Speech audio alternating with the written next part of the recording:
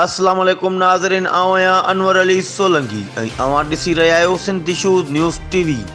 Sindh issues news TV bulletin में अवां खे भलीकार ख़बर शामिल कंदासीं मटियारीअ खां bureau chief Sagar Solanki ji. Matiari police जे मटियारी लॻ कोट अकबर खोसो ते कार्रवाई। ज़मींदार जी निजी कोट मां लखें रुपयनि जी मंशियात हथ।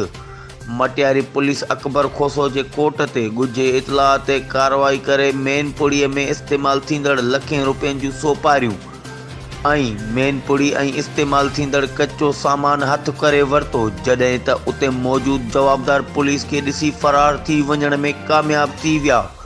SHO मटियारी शाहज़मा चांडियो ॿुधायो त SSP मटियारी मोहम्मद कलीम मलक जी हिदायतुनि ते मंशियात फ़रोशनि ख़िलाफ़ कार्रवाइयूं तेज़ करे मटियारी लॻ मक़ामी हिकु ज़मींदार जे कोट में छापो हणी पाबंदी मड़ियल नशेआवर सोपारियूं ऐं मेन पुड़ीअ में इस्तेमालु थींदड़ कचो सामान वॾे मिक़दार में हथ करे वरितो आहे। फ़रार थियल जवाबदार ख़िलाफ़ मटियारी थाणे ते केस दाख़िल कयो वियो आहे। ही हुयूं हिन वक़्त ताईं जूं अपडेट्स। वधीक ख़बरुनि ऐं अपडेट्स जे लाइ ॾिसंदा रहो सिंध इशूज़ न्यूज़ टीवी।